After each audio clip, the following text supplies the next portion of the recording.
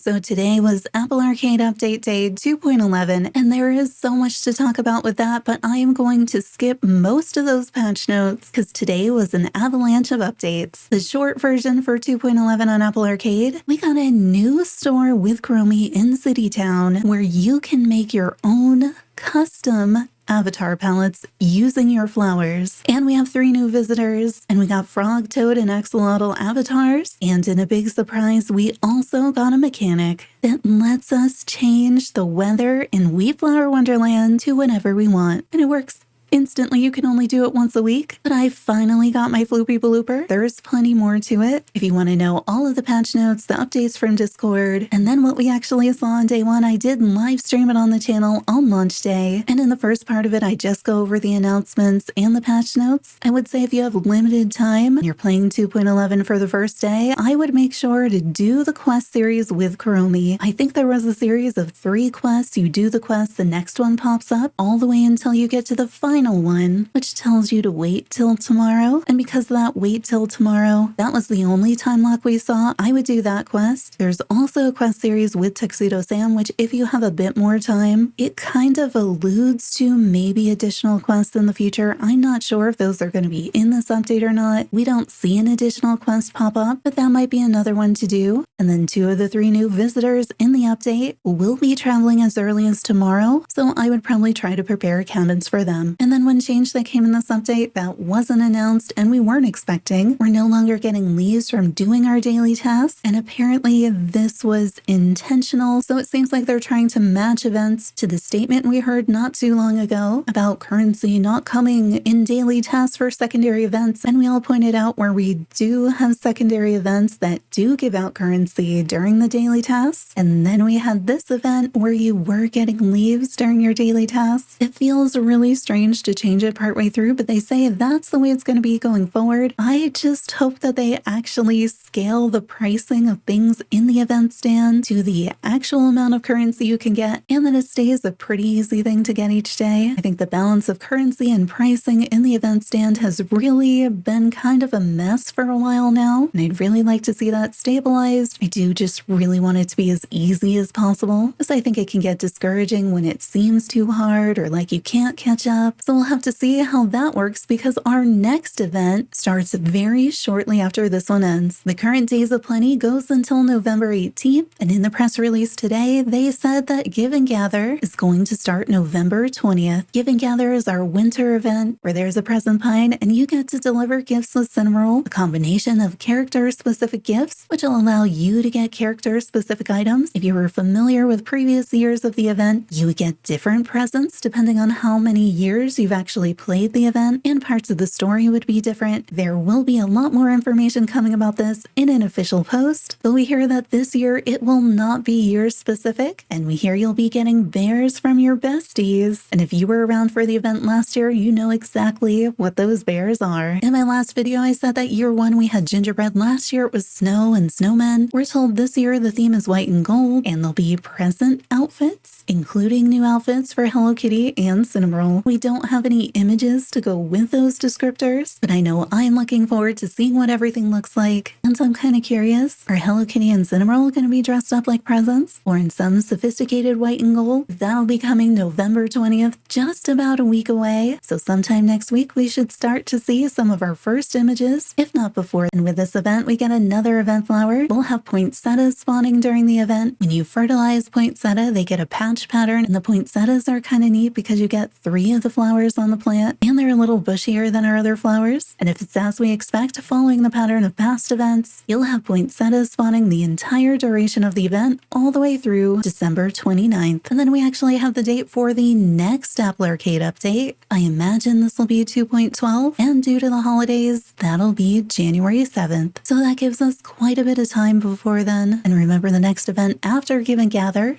is Lighttime Jubilee, and that'll be our next event to transfer Extremophile effects out of the teeny tiny Extremophile plots. I don't know about you, but I'm still an Extremophile. I still have not been able to get even one of the effects to transfer out of the plot, so I'm gonna make sure I'm set up for glow balls once we get there. One other hint that we got is that there will be a lot of bears around the new year. Now, this could definitely be just the bestie bears, because that alone is a lot of bears. What if this is our first hint for that next update on January 7th? Could we see bear visitors? Could we see bear avatars? Could we see Mapu joining us? It's just ambiguous enough for plenty of speculation, but we do have some things we don't have to speculate about, and those include that Switch 1 to 2 multiplayer and a big announcement for all platforms. First, with that Switch 1 to 2 multiplayer, Sunlink posted an essay-long post in Discord today clarifying the situation around that Switch 1 to 2 multiplayer compatibility, since they felt like they didn't really communicate it as clearly as they would have liked. They say it's a complex issue with several contributing factors, and so then the rest of the post walks us through what happened, and they said earlier in the year they were exploring a version of the game for Switch 2, and their goal was to take advantage of that new hardware, offer an enhanced experience for players who wanted it, and the intention was never to affect compatibility with the original Switch. I don't think any of us anticipate something like a Switch 2 version affecting things like multiplayer with Switch 1. However, they discovered that releasing on Switch 2 requires upgrading the game to a newer version of Unity, which is what they make the game in, and ideally they would upgrade both of the Switch versions at the same time so then they can keep talking to each other. You can keep doing multiplayer, but if you haven't noticed, the original Switch is extremely tight on memory, so you may have seen this firsthand through some recent crashes some folks have been experiencing. One of the reasons you never leave this game up when you're not playing it, and you manually save very frequently, not that that fixes everything. And they say they've made improvements in the latest patch, and they hope that they're helping, but there is still very little headroom on a Switch, and they say that upgrading Unity alone, even if they didn't change anything else, significantly increases memory usage across the board. And remember, they don't really have any space. There's nowhere to go. They're using most of the memory on the Switch 1. So right now, that increase is not sustainable on Switch 1, and their focus right now is continuing to optimize the memory so the game can run more comfortably on the platform and eventually give them enough margin to perform the engine upgrade needed to restore crossplay. So basically, right now, the Switch is running at max. They would need to do this upgrade in order for it to play nice with the Switch 2 too, but that would probably melt your Switch. They say in terms of why did crossplay, which honestly, that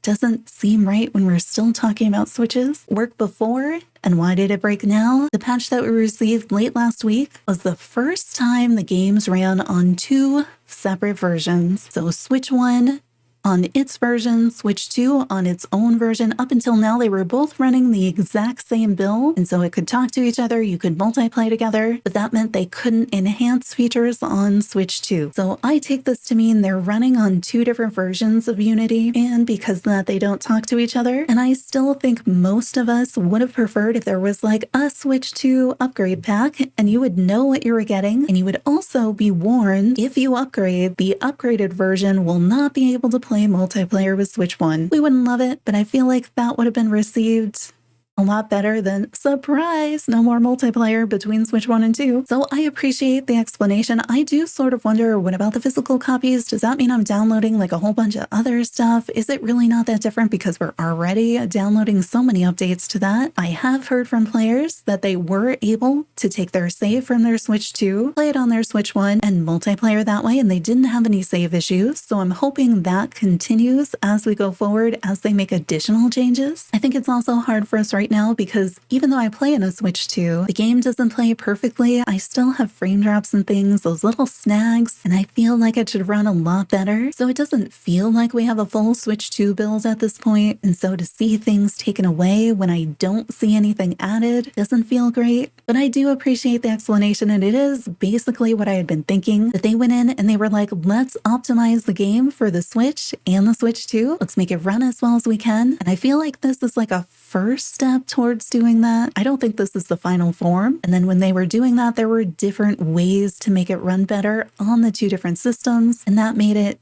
different enough that they weren't the same anymore, then the games don't recognize each other. This is even more clear, telling us that it is that Unity upgrade, and it makes a lot of sense, but we still don't love it. But it also makes sense why they might say not anytime soon, because it's going to take a lot more work to be able to find that space on the Switch, to be able to upgrade it to the new engine. However, we do also have some surprisingly good news, and this is about Content Update 4. So Content Update 4 news for all the platforms other than Apple Arcade. So Switch, Switch 2, Steam, and PlayStation. Remember how we learned that Content Update 4 was scheduled for mid-December? Well, now they're saying Content Update 4 is currently targeting late November or early December, and they say they're excited to get it to us as soon as each platform approves it. I don't love that system, and I think it should come out at the same time for everybody. It's really confusing otherwise. They say currently Nintendo Switch users are expected to receive the update in late November, early December. Steam and PlayStation 5 users are expected to receive Content Update 4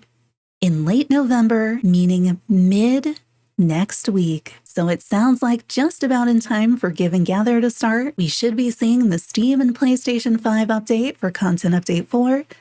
And then sometime between then and early December, whenever Nintendo decides to let us have it, we should see that same update on Nintendo Switch. And you may be wondering what's in Content Update 4. Content Update 4 will bring all that Friendship Island content through 2.11, which is the Apple Arcade update that dropped today. So Steam and PlayStation 5 are going to have everything up through today on Apple Arcade that's on Friendship Island on their system the middle of next week, provided everything goes to plan. They say that'll be new quests, adorable visitors, dreamy furniture. I think we may have unlocked some of our first of that today on stream, and the new amphibian avatars, which I am so excited about because they are so cute. I can't decide between an axolotl and a toad, but I don't change up my main duck on Apple Arcade, so I want to get it on Switch so I can play as one of these really cute things. If you want to see them, I did go over all of them today in stream. I'll probably put out a separate video. There are so many eye options, and they are so cute and expressive looking. In addition to that, we got a list of fixes and initial patch notes for Content Update 4. If you want to see what that content is, you can look at the past live streams and some of those tutorial videos for the Apple Arcade version. But here are those notes, and these are posted in Discord if you want to read them. So the issues that we can expect to be fixed. Some players were having issues interacting with the lair, that cave in Spooky Swamp, so that shouldn't be an issue anymore. Favorite Flora now requires a Wish Me Well to be level 16. That's when you get the flower crown recipe and a place to art,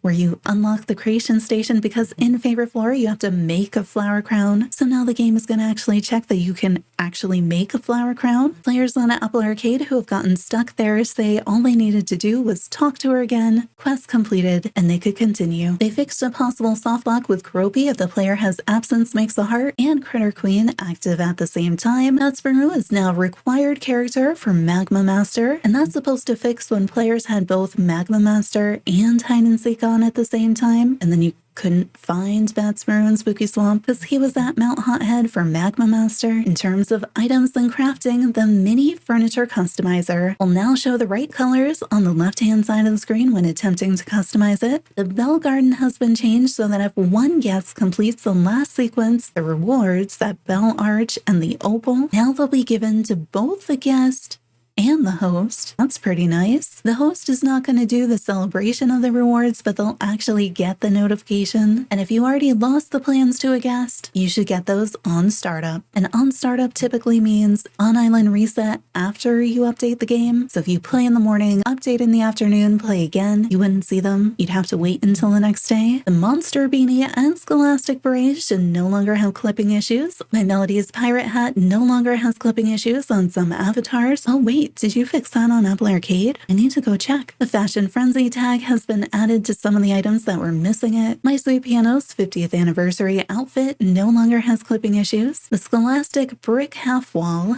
now has the correct tags, and the Spooky Celebration double bed now has the correct icon. Wheatflower Wonderland specific fixes. The Bell Garden thing I just mentioned. The trophy plans for Wheatflower Wonderland are now in the Wheatflower Wonderland collection. The cream glitter Wheatflowers that you get from a Heart of Grain are no longer counted separately, so if you already had some, they'll just all add together. Players can now make Wheatflower Wonderland potions within cabin cauldrons. Did they fix that on Apple Arcade yet? I don't think they told us if they did. Magic Master achievement under the Weeflower Wonderland category is now rewarded as intended. They say players can now craft wands using the witch's jars. I'm assuming that's the spooky celebration item. They fixed a line in Waterfall that was misattributed to Kogimune. The Guardians of the Grain complete set no longer appears in the Revolutionary Fairy collection. The Unicorn Horde has been removed from the Weeflower Wonderland collections, and the Kogimune lamp no longer has the Lifetime Jubilee tag. Other additional fixes coming in this update: the camera should no longer pan away from the stage. During the Saturday Comedy Club shows, players should receive the Open House achievement if they have completed either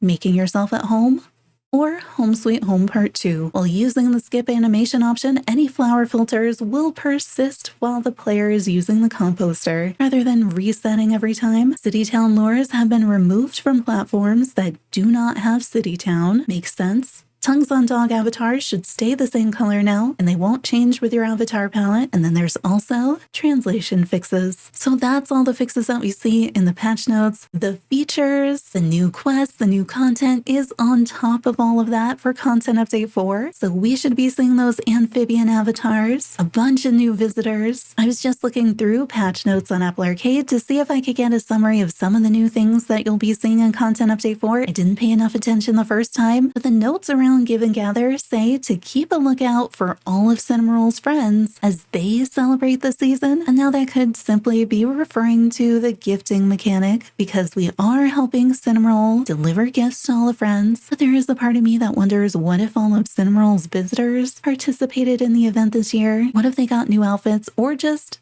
scarves, little winter outfits, something simple for all of them? Probably not. It probably does mean delivering all the presents and all the main friends. But there's also this part of me that's like, but what if? Maybe? Possibly? Especially after we saw Terry and Barry involved in the spooky celebration. I want to see more things like that. Additional really big updates that should be in Content Update 4 because they were in 2.10 on Apple Arcade. Really big things like sorting in the dye station, having the little blue dot in the dye station to help you keep track of things that you've actually dyed into different colors, and tabs, filters. It is so nice. So that'll be coming. We also had sorting for comics and music discs. I never used that. Favoriting items in inventory. So look forward to a bunch of quality of life updates and Content Update 4. Those are some of my favorite things. And then also Flowers on the Moon. So all of those fixes, quality of life things, new quests, new visitors, and new amphibian avatars, all coming to Content Update 4 as early as next week. So sometime between next week and early December, we should be seeing Content Update 4 on all platforms. Most likely we'll see it on Steam and PlayStation ahead of Nintendo Switch. Hopefully everybody gets it soon. This brings the versions